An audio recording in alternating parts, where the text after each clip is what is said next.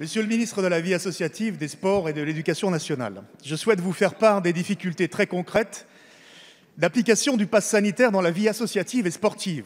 En cette rentrée, tous les députés l'ont constaté lors des forums associatifs sur le terrain, les modalités de contrôle du pass sanitaire représentent bien souvent un casse-tête pour les associations, les clubs sportifs déjà fragilisés par la perte d'adhérents, de licenciés et la désaffection de certains bénévoles après 18 mois de crise sanitaire.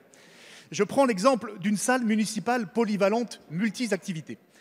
Celle-ci peut accueillir le matin une assemblée générale associative pour laquelle le pass sanitaire n'est pas obligatoire, quel que soit le nombre de personnes présentes.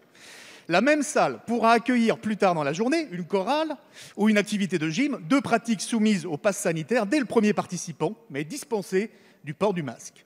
En fin de journée, un club d'échecs pourra y venir et cette fois-ci, il faudra un pass sanitaire et un masque, même s'ils sont bien moins nombreux que les adhérents venus le matin pour l'Assemblée générale. Une usine à gaz. La situation se complexifie encore pour les mineurs de 12 à 17 ans. Vous êtes ministre de l'Éducation nationale et des Sports. Le pass sanitaire n'est pas exigé en EPS et dans le cadre du sport scolaire pour les élèves.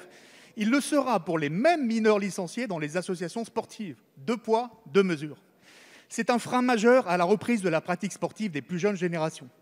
Alors que certains ont repris une licence à la rentrée, la réticence de certains parents à les faire vacciner risque de les priver d'activité physique en club à compter du 1er octobre, à rebours des enjeux de santé publique et de lutte contre la sédentarité. Devront-ils se faire tester 3 fois par semaine alors que les tests deviendront payants à la mi-octobre ? Je n'évoque même pas les recommandations d'une limitation drastique des moments de convivialité et de brassage, alors que les buvettes et la restauration sont indispensables à la trésorerie des associations durement éprouvées par l'arrêt des activités. Monsieur le ministre, envisagez-vous dans les prochaines semaines un allègement du pass sanitaire dans la vie associative et sportive? Merci, cher collègue. La parole est à monsieur Jean-Michel Blanquer, ministre de l'Éducation nationale, de la jeunesse et des sports.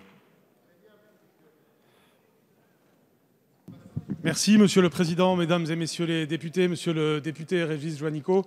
Nous partageons les mêmes tenants et les mêmes aboutissants. Et comme vous, je souhaite évidemment le maximum, et comme tous les députés bien sûr, je souhaite au maximum la pratique sportive cette année. Avec Roxana Maraciné à nous nous y employons au travers de multiples dispositifs. Je ne les rappelle pas, mais vous savez que le Président de la République lui-même s'est engagé pour le passeport, dont le but est que un maximum d'enfants s'inscrivent grâce à un chèque de 50 € en cette année scolaire.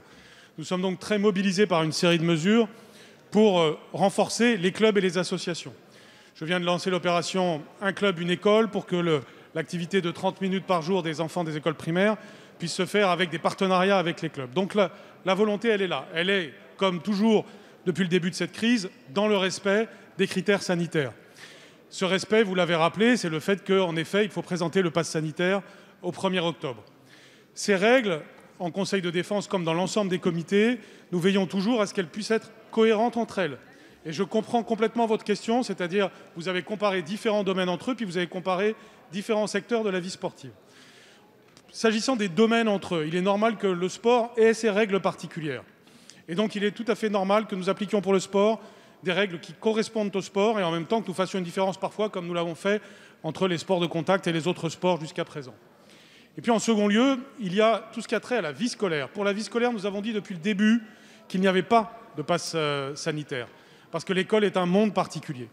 Alors c'est vrai, le monde des associations sportives est un peu à cheval entre la vie scolaire et la vie du sport. Donc nous pourrons peut-être faire évoluer les règles, mais elles pourraient peut-être aller dans le sens du pass sanitaire pour les associations sportives. Ce qui est certain, c'est que les décisions que nous avons à prendre ont à tenir compte de la situation sanitaire. Nous allons avoir prochainement un conseil de défense, nous aurons à regarder ce qu'il en est. Ce que je tiens à dire aujourd'hui, c'est que les chiffres sont assez bons, et contrairement à des prévisions parfois inquiétantes qu'il y avait ces derniers temps.